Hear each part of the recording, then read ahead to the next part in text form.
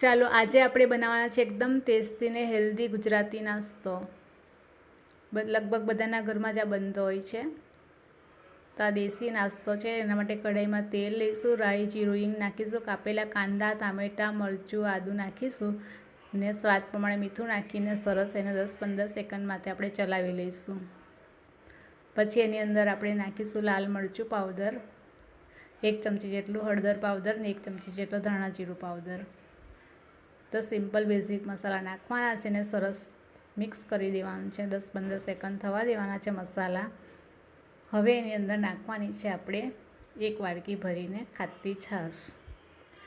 હવે ખાટી છાશ નાખ્યા પછી તમે સમજી જ ગયા હશે કે આ ખાટો રોટલો બની રહ્યો છે વઘારેલો.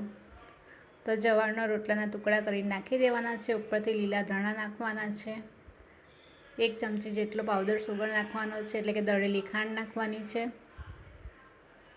હવે બધું સરસ મિક્સ કરી દેવાનું છે. તો આપણો સવારમાંથી એકદમ ટેસ્ટી હેલ્ધી નાસ્તો બનીને તૈયાર છે. ગુજરાતી વઘારેલો રોટલો. રેસીપી સારી લાગી હોય તો લાઈક શેર સબસ્ક્રાઈબ કરી દેજો.